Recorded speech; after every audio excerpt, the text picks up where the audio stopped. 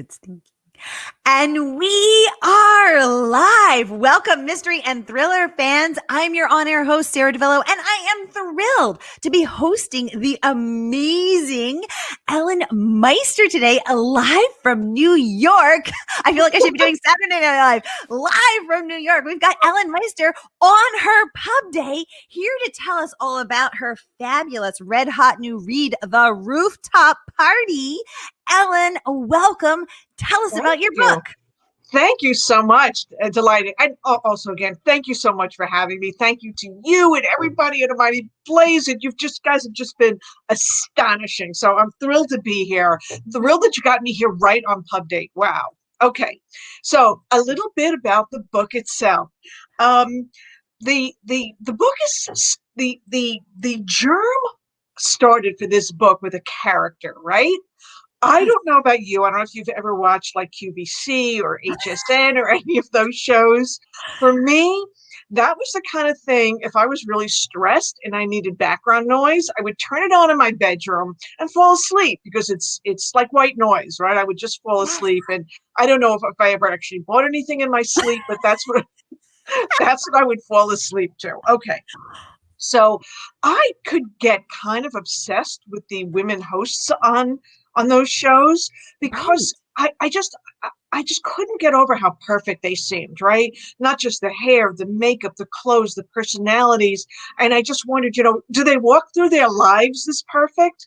And then I got the idea, like, what if, the girl you were friends with in college who could sleep until 3 p.m. and wake up and put a joint in her mouth and then sleep with a different guy every night. I just got that. I don't know why it entered into my head, but I saw this person and this person. I thought, what if I took somebody like that and dropped her into that environment? And she was, a host on a shopping channel. It's just, honestly, as a writer, we get like a million ideas a day that the crazier, the more they sort of stick, but they float in and out of our minds. And it wasn't an idea for a book. It was an idea for a character. And it just kept coming back to me and coming back to me. I didn't have a story. Then one day, and honestly, I am not the type that gets visited by a muse. I have to work my butt off for every idea. But one day, like, I had a muse visit, right? And my muse came into my window and said, "A murder at the shopping channel. That's what this book is going to be." And I thought, oh, no.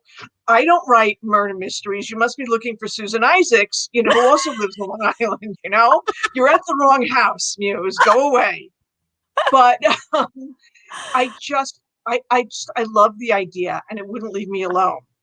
There was one problem, Sarah. I didn't know how to write a murder mystery. I'd read murder mysteries, but being a reader and being a writer, as you know, are two very different things. And I didn't know, how to do it. How do you structure a mystery? So I said, well, let me see if I can learn. So I started to look up and try to learn how to write a murder mystery. I read websites. Of course, I went back and read more mysteries and tried to sort of deconstruct, how they worked. And the result was I wrote a book. Not actually this one. It was called Kitty Kitty Bang Bang. And that was the working title. And Kitty Todd, the host of the shopping channel, was found, with a bullet in her head. And eventually the lovely folks at Mira Harlequin bought the book, but instead of marketing it as a murder mystery, they went with the other part of the book, which was there was also like a romance in it. So it was marketed more as a rom-com, and it was sold as Love Sold Separately. And once that was published, which I really love that book to pieces, I wasn't done with Dana, the shopping channel host, because now she sort of overcame all her self-sabotaging instincts and was sort of like getting her footing as a shopping channel host and maybe making her way in the world. So I wasn't done with her. I wanted to revisit her another mystery because now I got the mystery writing bug. Right. And at the time that I was thinking about this, now this sort of goes into, the dark side of things. It was when the Me Too movement was really taking hold. And I was just incredibly, distressed by the headlines I was reading and all it was stirring up in me and every woman that I knew. Yes. But, God help me, I do write funny books, Yes. I sort of sometimes use the books to sort of work out my anxieties and my frustrations. So I Yeah. based a character on some of the more nefarious headline grabbers in the Me Too movement, and Mm. I pushed him off a roof. So that was really good, and that's why we got the rooftop party, and that's this book. So now let me just go back and say, yes, it is sort of a sequel to Love Sold Separately, but it works as a standalone. So you don't have to read both, although if people want to, of course, I would be thrilled. Yes. So that's basically it. And the only other thing I really want to say about Dana, my main character, despite being somebody who, sort of self-sabotaging, she has a nuclear eye for detail. That's one of the Yes. qualities that makes her such a great on-air host. If you Yes. could talk about a pair of earrings for 45 minutes without stopping, you're somebody who notices details on a nuclear level. Yes. And that Guilty. also, what does that do for you? It also makes you a good amateur sleuth. Ooh. So she's solving a murder in here. The guy that goes off the roof, she was sort of close enough to be suspect. And because she was either drugged or drunk at the time, she doesn't really remember what happened at that last minute. So she has to prove to everyone involved, including her boyfriend, who's a homicide detective, that she was not the one who did it. And she has to prove it to herself. So that's the setup for the book. And I think it's a lot of fun. And, I think there's some laughs, and I think it'll hold people's attention. Ooh la la. Well, that is a tasty introduction. I know we're all Yeah, hooked, and I can't wait to get into every delicious detail. thank But you. first, I just want to welcome everybody who's watching on Facebook and YouTube. Welcome, welcome, welcome. We're so happy to have you here. If you've been here before, you know how it works. If you're new, welcome. You found your tribe. Get on in here. Become part of the conversation. That's what we're here for. So every Tuesday, I give you 2 featured authors, and you get to ask them anything. So if you want to ask Ellen about her writing process, about her muse visits, about how she went from how she started writing mysteries. Is she going to go back? We don't know. We're going to get the skinny from Ellen. So just get those questions going in the comments, and we're going to get to every single one of them. So you can just get them going. I want to say thank you to my partner in crime, pun intended, Ms. Kimberly Hensel Lawrence. She's producing this segment, and she's amazing. Thank you so much, Kimberly, for all that you do. And I just want to welcome everybody who's watching on all the various channels. So we've got Gail, welcome back. Ronnie, welcome. Patricia, good to have you here. Top community member there. She says, hello, ladies. Hooray and congratulations, Ellen. Thank Patricia, great you. to have you. Yay. And we have Ellen on her pub day. Gail says, take 2. That's right. It's 2 for Tuesday, Thriller Tuesday. Gail, great to have you back. Top community member here. We've got Anissa. Welcome back, Anissa. Gail, top community member. Everybody's here. She said another amazing book cover. I totally agree. Ellen, give us the skinny on this cover. Did you get to have input into it? Is this number 1? Is this number 101, 1001? Tell us the story of this cover. The cover followed the title. I mean, the title, we went absolutely crazy. I can't even remember how many emails I sent to my agent and my editor with more and more and more suggestions for a title. And then they came to me with that. They were like, what do you think of this? And I got to be honest, my first instinct was, I love it. I think it's bright. I think it's engaging. And wow, you made my name really big. That's kind of an ego boost.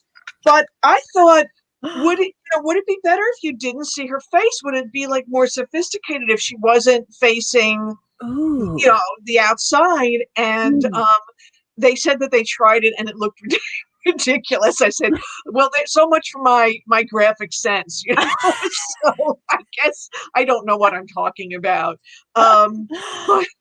But I loved it when I saw the they show you like a thumbnail, and then when I saw it in the actual book, that's when I really loved it. It's just it pops. And then now that it's pub date, I actually went to a store and got to see it on a shelf and see how it pops. So yes, I love it. I'm very excited about it. I think they did a fabulous job. And how fun is this little cocktail on the Oh, spine? the cocktail! And you know what else I love? I don't know if you saw the back. There's a spilled martini. Ooh, Back. yes. Isn't that awesome? I love it. Yeah. I like the twinkling lights. Yeah, I think they did a great job with it.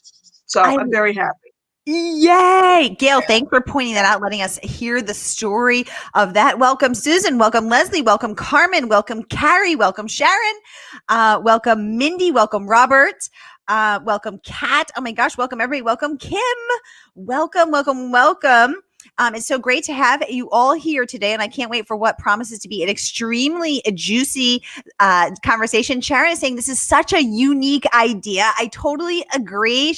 Patricia is laughing, and let's talk about that because Kirkus, the revered Kirkus Reviews, they said you're funny, Ellen, and I got to agree. I am laughing out loud. You're very, very funny, and I love to laugh. I love to make people laugh, and I love to laugh. I consider it an ab workout that I don't have to go to the gym. So what do you think the secret is to being funny on paper? Because it's kind of hard. You know, I might actually attribute part of that to the fact that I started in advertising, and I think that was where I sort of got my feet wet as a writer. And I remember a boss explaining to me, holding one of my brochures, because I wrote a lot of brochures over the garbage can. And he said to me, this is how people read your stuff, and your job is to capture their attention before they let it go into the trash. So I think that it's really ingrained in me to try to entertain the reader. Listen, I value the reader's time. I understand that there's a million other things they could be doing at that moment, and now more than ever. And I feel that, I want to keep them from checking their, Instagram and their email and their text messages and their, Twitter. And, how are you going to do that unless you really tap dance your heart out on every single page, which is what I do. And, giving my characters, I invent funny characters, and sometimes I let them speak to me. You think it's really hard work to come up with these jokes, and sometimes it is, but mostly I sort of sit back and I just say to them, okay, guys, be funny. Now I'll get the idea for something funny that they want to say. And then the work comes when I have to sort of lay in the dialogue leading up to it so that the joke lands perfectly. That's the part that's the hardest. And hopefully if I'm doing it right, nobody notices all that work.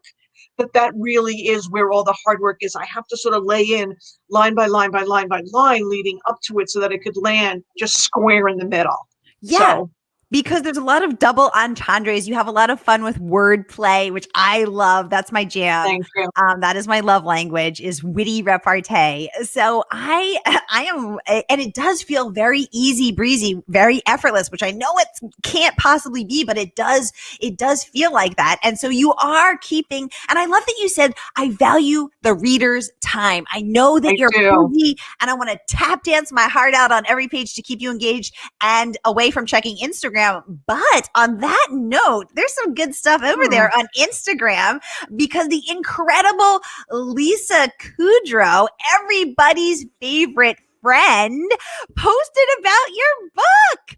So I just did into the comments, and she posted about your book, and there's your book on Lisa Kudrow 48 hours before the Friends reunion that we're all just so excited for. I got my popcorn and my sparkling rosé ready, and she's talking about your book. So that's fantastic. How cool is that? Listen, I full disclosure, Lisa Kudrow is my cousin.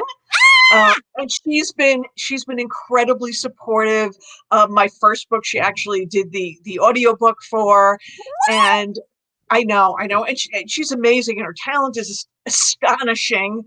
And it is such a busy time, and I feel like, okay, is she possibly going to give me some social media support at this point? She's got the Friends reunion coming right up. I mean, literally, it's in 2 days.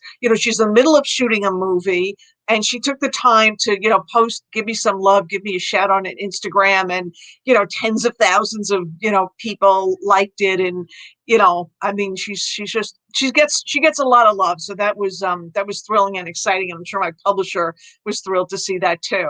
So yay. Thank you, Lisa. Yay, Lisa Kudrow. Oh my God. Yeah. So I am the biggest Friends fan. Any other Friends fans in here? Who's your favorite friend? So I know every single line by heart, and it's my comfort food. So during this pandemic, I have an air popper. So I make myself a big bowl of popcorn every night, and I just sit and watch Friends reruns, and that's how I soothe myself. Oh, wow. Yeah. Oh my gosh. This is so much fun. I absolutely love this. That's awesome. I think during the pandemic, we all, found really particular ways to escape and cope because Yes. it's been tough. I mean, to go from the very difficult political times we were living through, which made everyone crazy, to go into a pandemic, everybody was so desperate to find ways to cope. We were all watching, Tiger King and Queen's Gambit, whatever could and for books, I was going to really escapist fun reads, which was why I so badly wanted to work on something that would give people that kind of experience at the same time. So Yes. yeah, yeah, and it Exactly. helped me, writing it helped me cope. So Exactly. Exactly. Patricia is saying a spilled cocktail on the back cover. That's a sin. LOL. There must have been a murder. And actually, that cocktail figures very prominently in the book. And so I love so much about this, but you say so much in very effectively and efficiently. So there's one scene where she's at the party and she asked the bartender for a drink. The bartender, says, "Oh, I'm going to make you a fresh one because you can't, as a woman, leave a drink laying around because someone could roofie it, someone could poison dun, it." dun, dun, foreshadowing. Drugging you, but it's a worry that women have to deal with. So you're Yes. both foreshadowing, but you're also sharing this very real concern. And then it actually, as you said, becomes a big part of the plot because she can't remember what happened. And so that spilled cocktail on the back cover is a very powerful metaphor. Why did you want her to not Yeah. remember?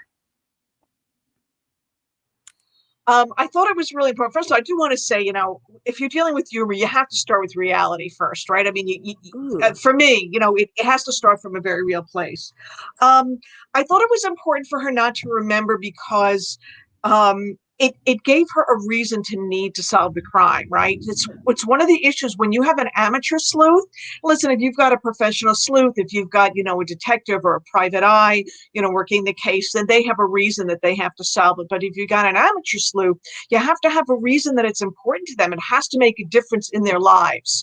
So Mm. if she was out of it enough that she didn't even know if she might have been the one to push the guy off the roof, then she's got a vested interest in figuring out who the murderer is and clearing herself to other people, but also to herself, right? Right. So that was why it was important that she didn't remember. And also, I'll say that I did have a lot of fun writing that scene, both in terms of sort of where her mind went when she was, sort of out of it, and then when she came to, and how she discovered what had happened while she was sort of not with us. It was a lot of fun to write those bits. I love that. And I love the added layer that her hunky, hot detective boyfriend, Mhm. there's is also, that she, an amateur sleuth, actually is in a relationship with a real sleuth Right, of right. NYPD. I loved that. And I love how, um, this is a fun, fabulous, this is a champagne cocktail of a read, but every single person also has real stakes in the game. He's trying to get Yeah. promoted. He can't afford to live with her, and they can't afford to move into an apartment until he gets the promotion and the bigger salary. Her sister's got some stuff going on with, her marriage and her sort of, journey to motherhood. And there's, something that a lot of women can relate to. So everybody has real stakes in the game. And I mean, I found myself really getting tense, but I mean, still having so much fun. But I was like, this is a lot. Like, I've got to keep Well, reading. I've got to know. listen, getting back to what I was saying about keeping the reader engaged, I mean, stakes are the name of the game, right? There's got to Yes. be. Listen, I know that there are a lot of books out there where the stakes are really, really low for the main character, and a lot of fun books with low stakes where it's kind of light and, kind of like careery things and love things. And, I have to, all I can do is go at it from my personal point of view. And a lot Mm. of times I have to be honest, I do get bored with those books because I'm just not as involved. I need to Yeah. really care what happens to the characters. And if I need to really care, I want to transfer that to my readers and I want them to really care. So I make sure to give everybody stakes, Well, you did it. You did it stakes well. without You making did it it, well. like I said, it's not dark, it's not a thriller. I think it's fast and fun, but yes, there are stakes there. So I try to give, a little bit for everyone. Well, you did it well. Gail saying Thank you. happy pub day. Thank you, Um, Gail. Yay, Gail, good to have you back as always. Good question here coming in from Leslie. And she would like to know. So you were talking about how this muse visited you, and you were Right. like, hey, lady, maybe wrong house. I don't write murder mysteries. So let's talk about this muse visit. Leslie would like to know, do you have a hard time letting go of your muses, or do they hang around for a time after the book is done? So what happened if she visited you? Oh, that's interesting. That's it. Yeah. The answer is both, right? Ooh. So, before I wrote these two books, I had written a book called Farewell, Dorothy Parker, in which I reimagined the great literary wit Dorothy Parker in a contemporary setting. She was, I mean, talk about muse. She was literally like a spirit that came back to life in a modern woman's home, and she was able to sort of mentor her and torment her.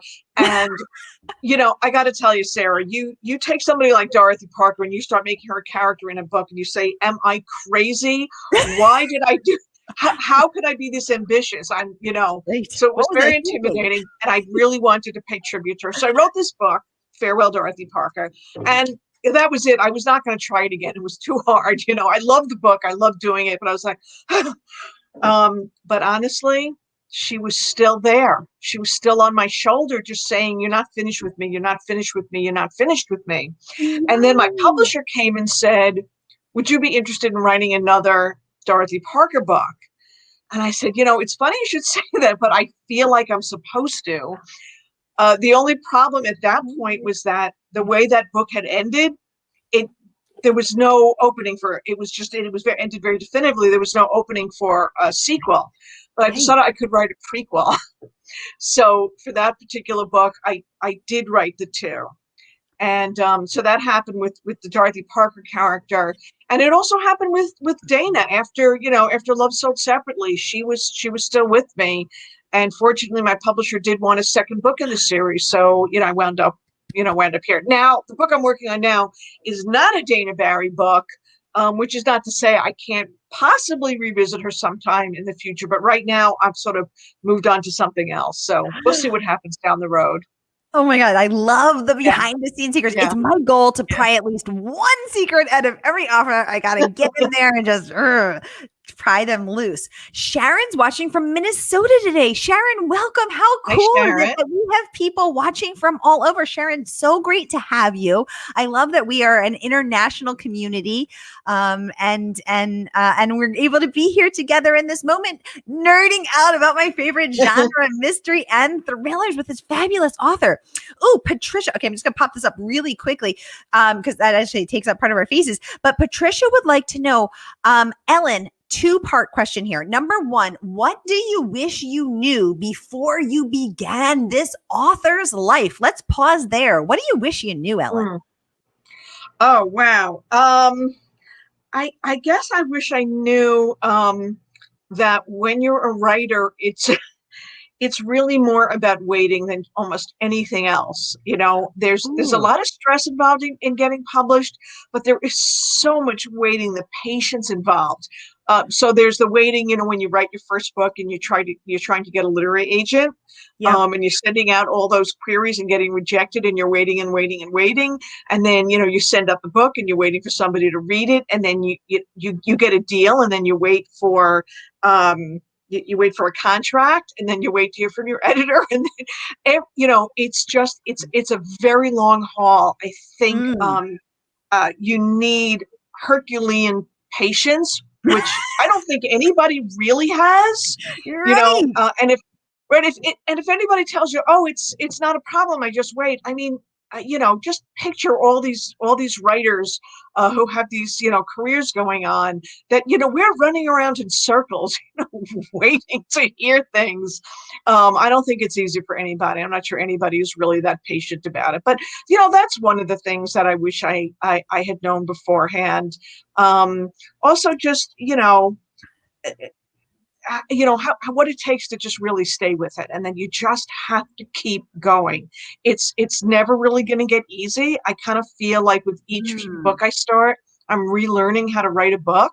I mean, yes, Ooh. I do learn from experience, but oh man, that blank page starting a new book that really does not get easy, So Right. Right. yeah, Ooh, thank you for that insight and honesty and authenticity. Herculean patience is not my strong suit. So yeah, that's a hard one. it's a Um, hard one, and it's always hard, that is a you hard know. one. And Yeah. I think I've learned more about structure as I've gone along. I've just studied it and studied it and studied it. Honestly, I think it's one of the harder things for me. I love developing characters. I love writing scenes. I love writing dialogue. Ooh. Once I can decide what happens in the scene, that's the fun part for me because I can sort of put my characters in the room and let them talk to me. But Mm-mm. structuring the story, man, that is really, really, really hard. Oh my God. So I've Hard. I've I've worked very hard at learning how to structure a story. And that's been my personal struggle. I know for some people that's Mm. the easy part. For me, that's the hard part. Yeah, I that's work very also hard at hard it. for Yeah. me. Yeah. Um, Yeah. the second part of Patricia's question, what advice would you recommend for someone who just finished their first crime slash suspense novel? Tell us about Mhm. that. What advice do you have for someone who just finished their first crime slash suspense novel? Okay. I think the first thing you need to do is decide on a goal, right? Because it's not a one size fits all. I'm not the type of writer who's going to say, "Oh, you have to get traditionally published. That's the only way to go." For some Mm, people, traditional publishing is the way to go. For some people, self-publishing is the way to go. When I started out, self-publishing was very stigmatized, so it wasn't really, an option for me, but things have greatly changed. So I would say you have to decide what your goals are. If it's really important to you to get traditionally published, then just know it's going to be a lot of work, a long haul, like you said, tons and tons of waiting. And the people who wind up succeeding at it are the ones who stick with and just keep going and going and going in the face of all that rejection. You have to steel yourself for that. I'm not going to lie. For me, it was never easy. I do not have a thick skin. mm, And if somebody does, I say, bravo, good for you. For me, every rejection hurts, every bad review hurts. Um, uh, but like I said, you have to decide what your goals are. So really decide if it's important to you. Then just know it's going to be a long haul. And if you decide that self-publishing or hybrid publishing is the right route for you, that's great. Just go into it with your eyes open and know what to expect before you get too deep into it. Because I think the one problem some writers have is that they go into it with unrealistic expectations. If you go into it knowing what to expect, you're in a much better space. Oh, I There's my love answer. that Yeah. idea of setting expectations. Yeah. That is because I think so often people don't, but that's also because we don't have honest conversations like this. So I am loving the honesty of this, the truthfulness of this, the raw, real authenticity of this, because I think that is why a lot of people don't have expectations because no, everyone's like, poof, it was just so easy and here I am. And it's like, well, then Right. now Right. I'm It's feeling not bad that I easy. didn't Yeah. poof, like I'm feeling bad that didn't Right. happen for me. They're not doing anybody any favors by pretending it was automatic. It's not automatic or easy for anybody. Exactly, Um, exactly. yeah. Welcome, Julie. Welcome, Carmen. Welcome, Carrie. Welcome, everybody. Okay, Patricia's third part of her question said, any advice on query letter writing would be very much appreciated. And thank you so much. Okay, so query letter writing. Oh, that's a tough one, and it's such an art, and it's so difficult. A couple of things. Um, I know the hardest thing for a writer, right? You've spent whatever it is, 6 months, a year, 2 years, 3 years, 10 years writing this book, and whatever it's 350, 400 pages. Now somebody is saying, "Tell me the essence of it in 2 paragraphs," and you want to kill Mm, yourself. I mean, how do you do that? How do I get across the wonderfulness of my wonderful book in 2 paragraphs? It's really hard, and I think the things you need to focus on are what's at stake for your main character and what are mm, the obstacles. And if you could take those mm. two things and boil it down into 2 paragraphs, then you're golden. So that's the first thing. And I know I just rattled that off in 2 sentences like it's so easy. I know it's really hard. But that's what you need to focus on. That's number one. Number two is once you write your query letter, and you got your list of dream agents that you want to reach out to, do not say, "Oh, I wrote a great letter, I'm going to send it out to 100 agents." Don't do that. What you want to do is send it out to maybe 10 or 12 agents and see if you get any bites. And if you don't get any bites, rewrite the letter because it's not, Mm. doing what it has to do. And just remember, the competition is fierce, right? I mean, agents, you got a picture if an agent opens their inbox, they got a million things waiting for them in their day, and there's 100 query letters, they're going to be blowing through it. And man, you got to really, I talked about tap dancing. You got to tap dance your heart out in every sentence of that query letter to get the agent's attention. So just know that the book has to sound, you really have to hook them. And if you don't, rewrite the letter and don't, I mean, I say, try not to take it personally. I don't take anything personally, but you just got to pick yourself up and just keep going and rewrite and then try another 10 and until you get a letter that works. And once you start getting bites, then you've got a good query letter. I Oh, hope I that love that. helps. Ellen, this Yeah. is so helpful. And you guys, you guys are getting some real high value experience here because Ellen is a writing teacher. She is a professional editor and she is dishing it for free here. So you're just getting thousands of dollars worth of free advice right here with this incredible author who Candace Bushnell, freaking Sex in the City herself. My God, #1 New York Times bestselling author many times over, said that Ellen Meister writes a great romp of a read, so is good because the queen of Sex and the City, Candace Bushnell herself, is giving praise to this incredible Ellen Meister right here on us, and Ellen's sharing her brilliance. So Ellen, you're amazing. Thank you so much. Thank you. How thrilled was I to get that blurb from Candace? I loved it. Very excited. Yes, I know. It was really exciting. Oh my gosh. Yeah. And welcome Linda, welcome Sharon, welcome everybody. Just making sure I didn't miss anybody's comments. Welcome Susan. Gail saying she loves the idea of your Dorothy Parker book. So what gave you the idea to do that Dorothy Parker book? I'm a Dorothy Parker fan. Yeah, books. I'm a Dorothy Parker fan from way back. So, I've loved her snarky voice, her humor, her satire, her sarcasm from the time I was a teenager. And so again, talking about, I carried her around on my shoulder with me forever. So now fast forward, I'm working on a book.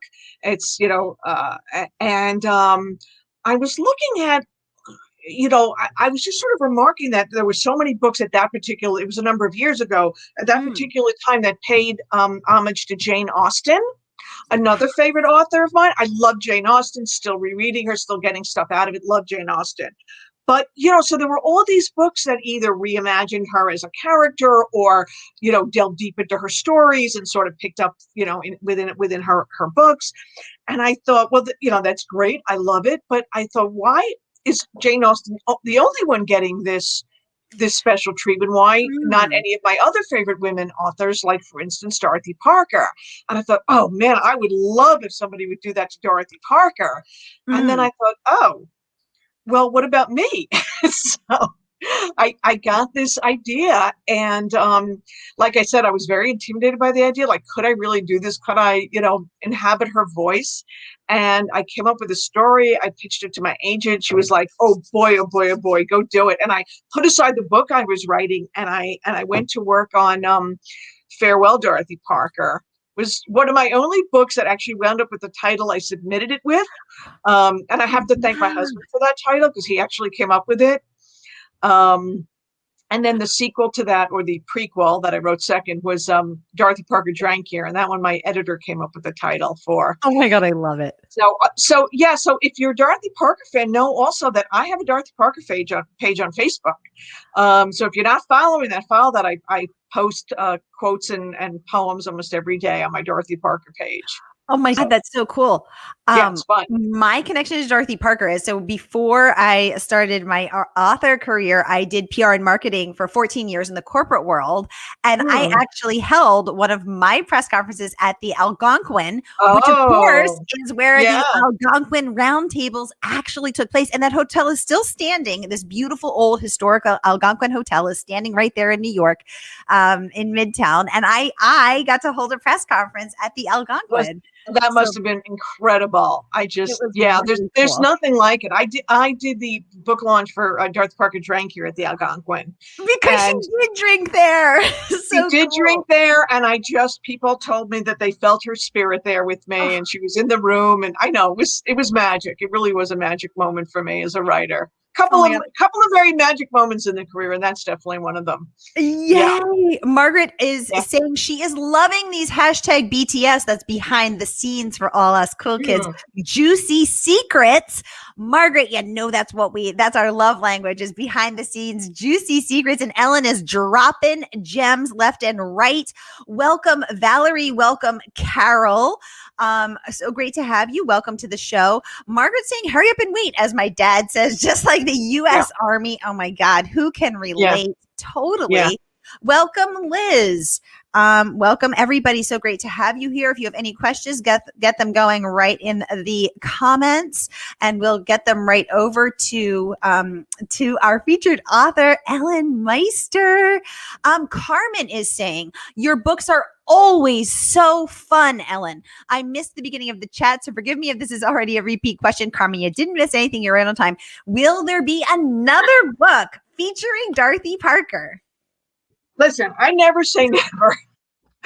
But right now, I don't have a Dorothy Parker book, in the works.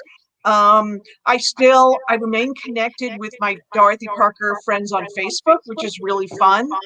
Sometimes I think about, oh, I'm getting a reverb on that. Ooh. Yeah, Wait. yeah. Um, Yeah, yeah, I'm getting a sound report. Yeah, that's that's better. okay. We can hear you Yeah, so perfectly. I sometimes I still think about it. It doesn't go away. Sometimes I think about maybe doing some kind of a Dorothy Parker anthology, so I think about it all the time. So it still lives in there. But right now there's no Dorothy Parker book in the works. But I'm delighted that you enjoyed the Dorothy Parker books. They're very, very special to me. Yay, And Carmen. I Thank hope you you're so much for following me on my Dorothy Parker page on Facebook.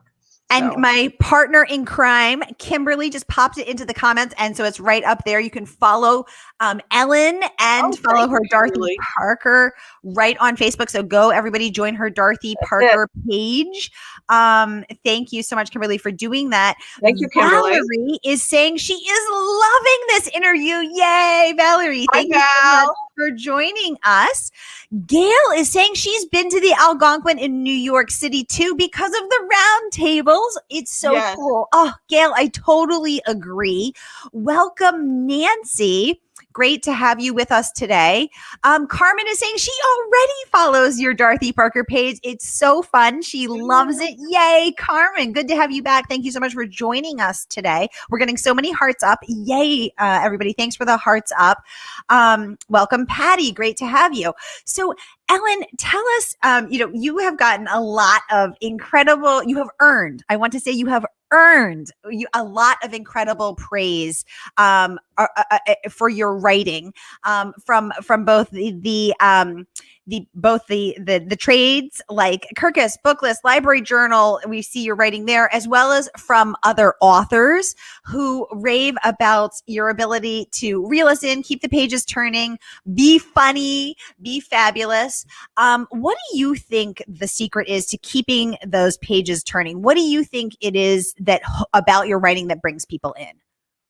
Thank you. And I just do want to say, you never know when a new book is released into the wild, what is going to happen with the reviewer's going to love it. And so the first trade review that came in for this was Kirkus. And if I tell you, Sarah, I read it like this, Kirkus is Kirkus, as you know, Kirkus can be very, very tough. So they Mhm. loved it. They thought it was funny. They said it was laugh worthy, and et cetera, et cetera. So that was very, very exciting. I think that I try to bring some of the honesty that we're having in this conversation here. I really try to reveal on the page. Yes. People often ask me, what part of your books are true, like what really happened, and which character is you, and what really happened to you. And I say, I, none of the fiction, all of the fiction is fictional, right? None of the things in the book really happened to me. None of the characters are me. However, I try to expose emotional truths, right? So there may be things Yes. that I really feel and I've really gone through. And I think of a fictional circumstance in which my characters can feel what I felt. So I try to Ooh, keep the emotional story authentic. And I think that's one of the things. I think you can't, being authentic to your characters and to the emotions is so critical. I know you were talking in the last hour about um, uh, uh, outlining versus not outlining versus being a pantser, and I do outline, and I just because I really need to have an idea of my story structure. I like to know what my character's arc is going to be, where they start, where they end up. I like to think of what's point I'm going to hit in the middle. That said, right, I do try to yeah. structure it and have a loose outline. That said, the outline has to stay organic, right? Which is Yes. to say, as I'm writing, I always get to know the characters more as I go along. So, by the time I'm on page 120, I know the character a lot better than I did on page 5. And maybe Ooh, on page 120, this character isn't going to do or say what I wanted or expected them to do or say in the outline. At right. that point, it is critical to stay true to the character, not the outline. You have to stay true to the character. If you don't, the book is inauthentic, and you'll feel it, and the reader will feel it. So I think it's imperative to stay true to the character, and then what do? Then you got to revisit the outline and find another route to get to where you want to get to. But the character is paramount. You must stay authentic to the character. So I think that's probably part of it, that I'm dedicated to my characters and staying true to them. I love that. I love that. And I think that authenticity comes through. I can feel that as a reader, Yeah. that authenticity and that emotional realness. I mean, I can see that in this interview. You're being real with us. You're being open and vulnerable and real with us. And that comes through on the screen and that comes through on your pages. So that starts with you. And I think we feel that. I mean, I know we do. Thank you. Thank Of you. course. Appreciate Yes. that. Yeah. Great question coming in from Dee. Congratulations on your new book. She says, I love your Dorothy Parker books. Great writing and love the characters. Looking forward to reading your mystery. Yay. Thank Thank you so you. much, Dee. Valerie is saying this is such good advice. Valerie, I totally agree. We're so grateful for Ellen for her openness, her authenticity. And oh my gosh, I just realized that we're out of time. I'm chatting away like I got all day. But Ellen it's her pub day and she's got places to be and fabulous things to do. So Ellen, let me turn it over to you once again. What is one thing you want to leave us, or however many you want to share, 1 to 3, Yeah. 5, however many you want. What are some things you'd like to share with us? Some parting thoughts, anything I didn't ask you that you wish I had? Well, for the writers out there, I want to just remind you that reading is really, really critical. And to everybody else, I think life is short. Read the books you love. Read what you want to read. Read what moves you. Read what makes you laugh. Read what touches you. Read what feels authentic. Read what feels poignant. Whatever your jam is, whatever your music is, that's what you should be reading. Don't read because somebody says this is a book you should read or have to read. Life is too short. Go with what means something and has meaning in your heart, and either entertains or delights or moves you. As a reader, I read across all genres. I read mysteries, I read comedies, I read literary fiction. I mean, you name it. I go for things that mean something to me at that stage of my life, and that's what I'd like to leave people with. I love that. I love that. And I think that, again, that authenticity and that realness that comes through. Gail is saying, thank you, Ellen and Sarah. Good luck, Ellen. Absolutely. I just want to remind everybody this book is out today. This book is out today and it is good. So you can, yes, perfect. You can get a copy today through our link to bookshop.org. My partner in crime, Kimberly, has put it in the comments so you can support independent bookstores. They need our help, you guys. They need our help because it's a pandemic and they're struggling. And tragically, one per week has gone out of business since this pandemic descended. We can't afford to lose any more. So So grab your copy of the book and come back and let us know what you think of it. Let us know. Carmen is saying thank you. This is such a great interview. Thanks so much, Carmen. She says she's looking forward to the book. Everybody, it has been so great. As always, I say you're the best audience, and I mean it. Ellen, you have been such an incredible guest. Thank you for your energy. Sarah, Thank you for your thank insight. you. Thank you to you and everybody at A Mighty Blaze. I've just been so thrilled with it. You guys are astonishing. Really. I mean it. I mean it from the bottom of my heart. Well, I love you guys. We love you, and it's so great to have you. And come back and chat with us next time, right here about your book. And we will be devouring the rooftop party. Until then, have a great day, everybody. We'll see you soon. Bye.